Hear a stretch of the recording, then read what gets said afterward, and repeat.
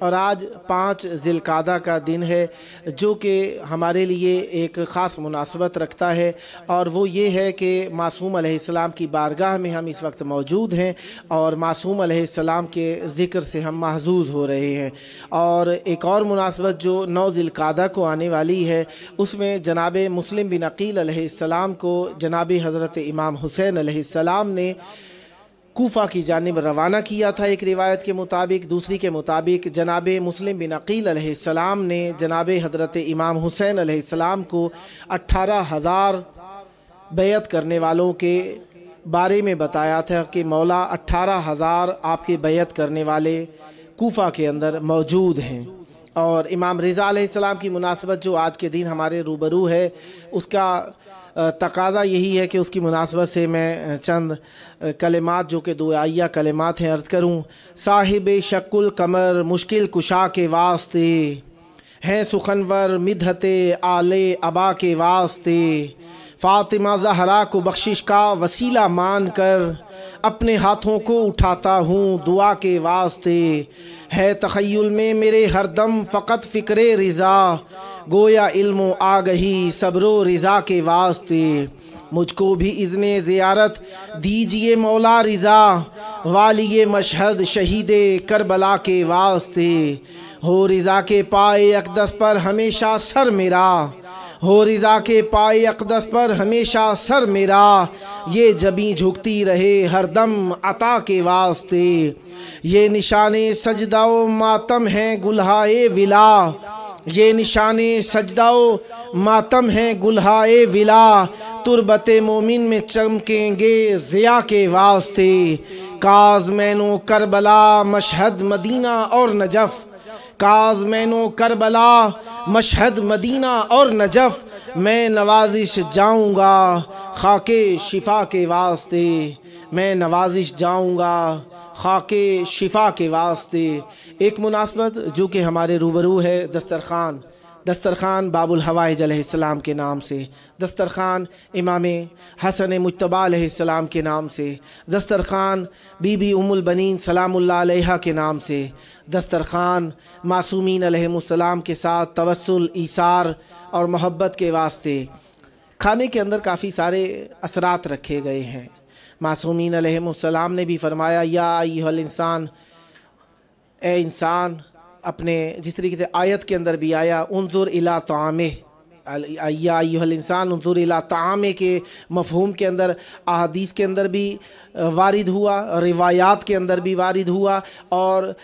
قرآن مجید کے اندر بھی آیا کہ انسان کو اپنے کھانے کی طرف دیکھنا چاہیے۔ معصوم علیہ السلام سے پوچھا گیا کہ مولا یہ کھانے کی طرف دیکھنا کیا دیکھنا ہے؟ ہر انسان دیکھ کر ہی کھاتا ہے، مگر یہ کہ نابینا ہو وہ شخص نہیں دیکھ سکتا کھانے کی طرف۔ تو معصوم علیہ السلام نے فرمایا تم اس مادی کھانے کی طرف نہ دیکھو، بلکہ اس کھانے کی طرف نگاہ کرو جو کہ اللہ تبارک و تعالی نے تمہارے لیے علم کی صورت میں لکھا ہے۔ جس سے علم لے رہے ہو اس کی طرف دیکھو کہ وہ کتنا متدین ہے، کتنا صاحب دین ہے اور کتنا عقیدے والا ہے۔ اس کھانے کی طرف دیکھنے کی بات کی جا رہی ہے کہ کس کے سامنے زانوئے ادب تہ کر رہے ہیں ہم۔ تو لہذا قرآن مجید کے اندر چند الفاظ آئے، اور ایک تو سورہ دہر جسے ہم سورہ انسان بھی کہتے ہیں، یہ بھی کھانے سے متعلق ہی نازل ہوئی کہ معصومین علیہ السلام نے، خمسہ آل ابا علیہ السلام نے نظر کی حسنین شریفین علیہ السلام جب ظاہری طور پر علیل ہو گئے تو ان کی صحت یابی کے لیے معصومین علیہ السلام نے، جن میں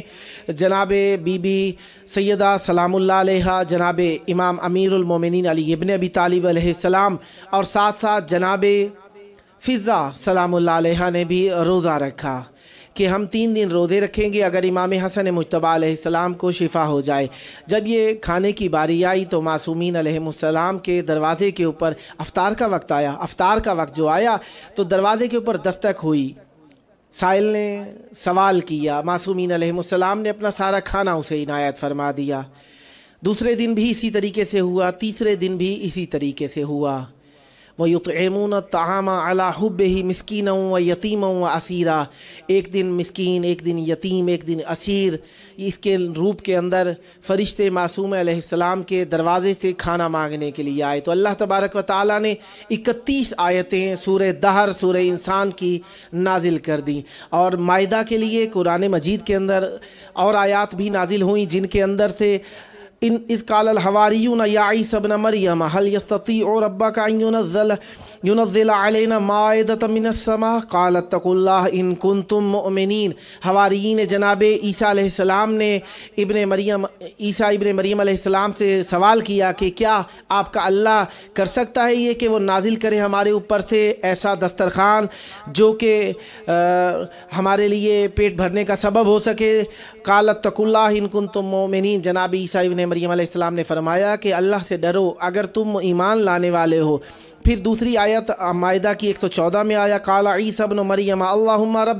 ربنا انزل علینا مائدۃ من السماء تکون لنا عیدا لاولنا وآخرنا وآیۃ منک وارزقنا وانت خیر الرازقین۔ جناب حضرت عیسیٰ ابن مریم علیہ السلام نے کہا اے اللہ، اے میرے پروردگار، نازل کر ہمارے اوپر آسمان سے دسترخوان جو ہمارے لیے، ہمارے پہلوں کے لیے بھی اور ہمارے آخری لوگوں کے لیے بھی عید قرار پائے، جو تیری جانب سے ہو، اور ہمیں رزق عطا فرما۔ وانت خیر الرازقین، بے شک تو بہترین رزق عطا فرمانے والا ہے۔ قرآن مجید کے اندر ایک لفظ مائدہ کا آیا کھانے سے متعلق، دوسرا لفظ جو آیا وہ نظر کا۔ اب مومنین نے نظر کی ہے اسی سے متعلق تاکہ ان کا دل بھی سن کر خوش ہو جائے۔ اسی نظریے سے میں چند آیات قرآنی تلاوت کر رہا ہوں جس کے اندر اللہ تبارک و تعالیٰ نے نظر کے بارے میں بیان فرمایا ہے، جس کے اندر سے سورہ بقرہ کی آیت نمبر 270 کے اندر اللہ تبارک و تعالیٰ نے ارشاد فرمایا وَمَا أَنفَقْتُم مِّن نَفَقَةٍ أَوْ نَذَرْتُم مِّن نَذْرٍ فَإِنَّ اللَّهَ يَعْلَمُهُ وَمَا لِلظَّالِمِينَ مِنْ أَنصَارٍ۔ اس کے بارے میں مفہوم اس آیت کا یہی بنتا ہے کہ اللہ تبارک و تعالیٰ ارشاد فرماتا ہے جو چیز بھی تم خرچ کرتے ہو یا نذر کرتے ہو اللہ تعالیٰ وہ جانتا ہے، اور ظلم کرنے والوں کا کوئی مددگار نہیں ہوتا۔ اور اسی طریقے سے آل عمران کی آیت نمبر 35 کے اندر بھی اللہ تبارک و تعالیٰ نے ارشاد فرمایا اذ قالت امرأۃ عمران رب انی نذرت لک ما فی بطنی محررا فتقبل منی انک انت السمیع العلیم۔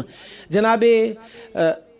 عمران کی زوجہ نے فرمایا، قرآن مجید میں اللہ تعالیٰ نے آیت بنا کر نازل فرمایا، کہا کہ اے اللہ میں نے تو نظر کی تھی کہ میرے بطن اطہر میں، صدف اطہر کے اندر جو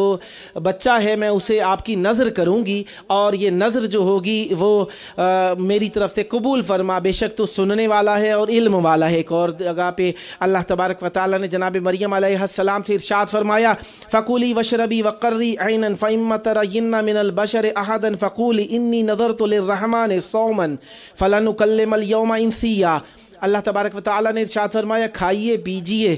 اور اپنی آنکھوں کو قرار دیجیے، بس بتا کہ اگر کوئی شخص آپ کو دیکھے لوگوں میں سے تو ان سے کہہ دیجئے کہ میں نے اللہ تبارک و تعالیٰ جو کہ رحمان ہے اس کے لیے نظر کی ہے، میں کسی بھی انسان سے بات نہیں کروں گی۔ اور رسول خدا صلی اللہ علیہ وآلہ وسلم کے ایک اور جگہ بھی ارشاد ہوا یوفون بالنذر ویخافون یوما کان شرہ مستطیرا، اور ایک اور جگہ ارشاد ہوا کہ وہ اپنی نظروں کی وفا کرتے ہیں، یعنی اپنی نظر کو پورا کرتے ہیں اور ڈرتے ہیں اس دن سے جس دن کوئی بھی اللہ تبارک و تعالی لوگوں کے اوپر سیطرہ کیے ہوئے ہوگا اور کنٹرول کیے ہوگا۔ اور اسی طریقے سے ایک اور مرتبہ آیت آئی نظر کے لیے، اللہ تبارک و تعالیٰ نے قرآن مجید میں کافی ساری آیات نازل کی جن کے اندر کافی سارے کا معنی ڈرانے کے معنی میں ہے، سمجھانے کے معنی میں ہے، بلانے کے معنی میں ہے۔ وَانذِرْ عَشِيرَتَكَ الْأَقْرَبِينَ، یہاں پر بھی کھانے کی بات آ گئی ہے۔ ہم نے پہلے مائدہ کی صورت میں کھانے کا ذکر کیا، دوسری مرتبہ یہاں پہ جب پہنچی بات جناب رسول خدا صلی اللہ علیہ وآلہ وسلم تک تو یہاں پر بھی بات کھانے کے اوپر پہنچ گئی۔ تو اللہ تبارک و تعالیٰ نے ارشاد فرمایا کہ جو لوگ تمہارے قریبی ہیں ان کو بلائیے اور انہیں آپ کے قریبی عشیرے والے جو ہیں انہیں بلائیے اور انہیں ڈرائیے اور اللہ کا پیغام پہنچائیے۔ اس مفہوم کے اندر یہ آیت نازل ہوئی، اللہ تبارک و تعالیٰ نے حکم کیا۔ اب قرآن مجید کے اندر انبیاء کے ساتھ کھانے کا ذکر کہاں کہاں پر آتا ہے، کیونکہ ہمارے دسترخوان کا پروگرام ہے۔ مومنین دیکھیں دنیا کے اندر جو بھی چیز اللہ نے خلق کی ہے اگر وہ